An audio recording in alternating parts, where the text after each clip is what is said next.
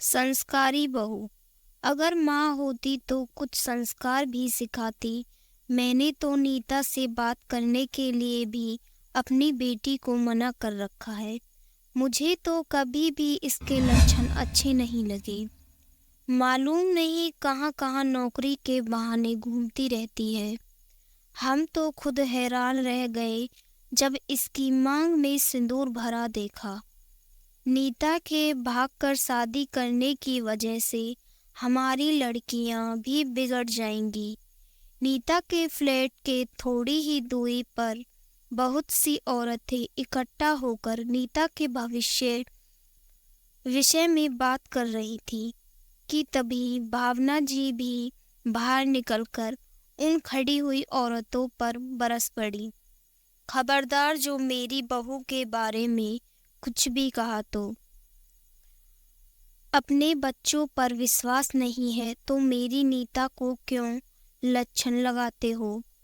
तुम उसके संस्कार के बारे में क्या जानो? देवी है मेरी बहू तो।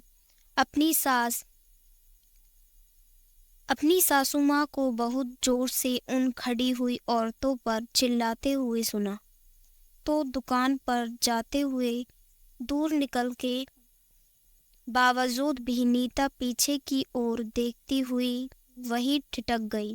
सासू माँ के इस तरह से प्यार, अपनेपन और विश्वास से भरे शब्द सुनकर नीता को अपनी सासू माँ पर बहुत प्यार आया। वह खड़ी खड़ी मुस्कुरा उठी और फिर अपने गंतव्य स्थान की ओर चल दी। बस स्टैंड से बस में बैठकर दुकान पर जाते हुए पुरानी बातें आंखों के सामने नाच रही थी। माँ की मृत्यु के समय नीता केवल 11 बरस की थी और भाई 5 बरस का। पापा खाना बनाकर देते थे, लेकिन क्योंकि वह एक कंपनी की गाड़ी चलाते थे तो कई बार उन्हें अपने साहब के साथ कुछ दिनों के लिए बाहर जाना पड़ता था। उस समय घर के में केवल नीता और उसका भाई ही रहते थे। जाते हुए वह अक्सर पड़ोस वाली आंटी को बच्चों का ख्याल रखने के लिए कह देती थी, लेकिन क्योंकि यह उनका बाहर जाने का अधिकतर नियम हो गया ही था, वह पड़ोसी भी कब तक ख्याल रखती। धीरे धीरे छोटी उम्र में ही नीता घर का काम करना और भाई का भी ख्याल रखना सीख गई थी।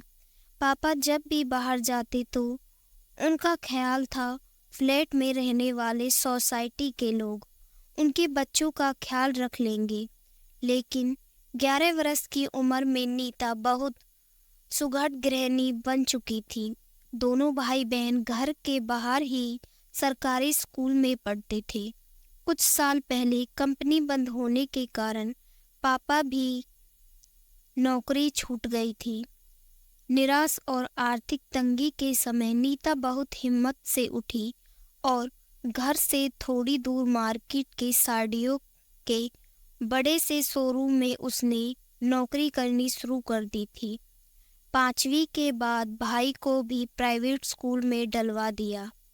धीरे धीरे पापा भी घर घर जाकर सेल्समैन का काम कर लेते थे। इस तरह के किसी तरह घर का खर्च तो चल जाता था, लेकिन नीता की शादी के लिए कुछ भी नहीं जुड़ पा रहा था।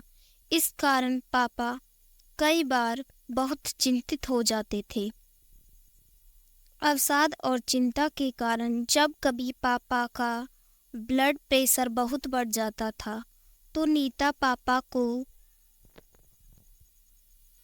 सांत्वना ही देती थी।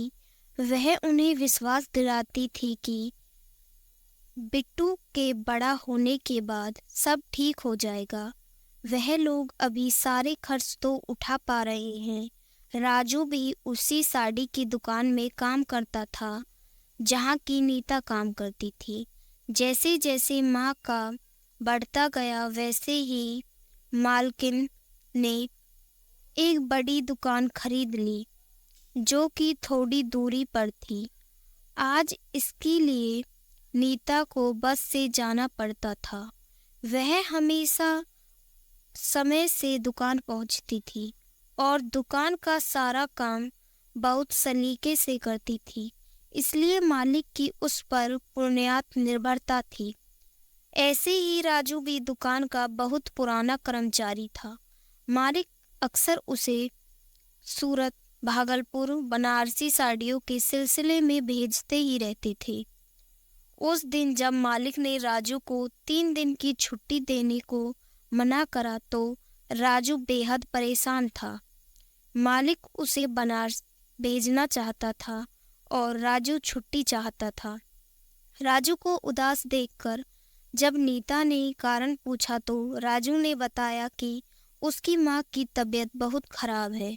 राजू ने यह भी बताया कि उसकी सारी कमाई माँ की दवाइयों में खर्च हो जाती है। कुछ समय पहले माताजी को अवस्थाम और आर्टसाइट का अटैक पड़ा तो उनकी लगभग सारी जमा पूंजी अस्पताल में ही खर्च हो गई थी। पापा की मृत्यु के कारण राजू भी 10वीं से आगे नहीं पढ़ सका। मालिक ने ही उसको अपने घर में सोने की जगह दे रखी है, इसलिए वह मालिक को जाने के लिए मना करके नाराज नहीं कर सकता। बेहद दुखी मन से वह बोला, ना मैं माँ का ख्याल रख सकता हूँ और ना ही मालिक को खुश कर सकता हूँ। मेरी भी क्या जिंदगी है, तुम्हारी मम्मी अभी कहाँ है? नीता के पूछने पर राजू ने बताया कि वह उन्हें अकेले नहीं छोड़ सकता, इसलिए वह वृद्धाश्रम में रहती है। नीता ने राजू को सुझाव दिया कि यदि वह चाहे तो वह दोनों विवाह कर सकते हैं और नीता के घर में ही माताजी को भी वह लोग साथ में रख सकते हैं। कुछ समय बाद जब उसका छोटा भाई भी पढ़ लिख कर कमाने लायक हो जाएगा, वह दोनों मिलकर अपना काम अलग भी शुरू कर सकते हैं। बाद में यदि जरूरत लगी तो वह अलग फ्लैट में भी किराए पर रह सकते हैं। राजू को कोई ऐतराज नहीं था, लेकिन शादी करने के लिए खर्च एक बहुत बड़ी समस्या थी। बस तभी दोनों ने कुछ फैसला किया और जब नीता ने अपने पापा को राजू के बारे में बताया तो पापा को भी बहुत खुशी और निश्चिंतता हुई। उन्होंने भी नीता के इस फैसले की सराहना करते हुए कहा कि घर में अगर राजू की माताजी रहेंगी तो यह घर भी बस ही जाएगा। बिट्टू की पढ़ाई भी उनके रहने के कारण अच्छे से हो सकेगी। यूं भी उनके फ्लैट में 3 कमरे थे। पुराने परिवार के लिए इतनी जगह बहुत थी। दूसरे दिन मंदिर जाकर राजू और नीता ने विवाह कर लिया। पापा ने उन्हें वहीं आशीर्वाद दिया।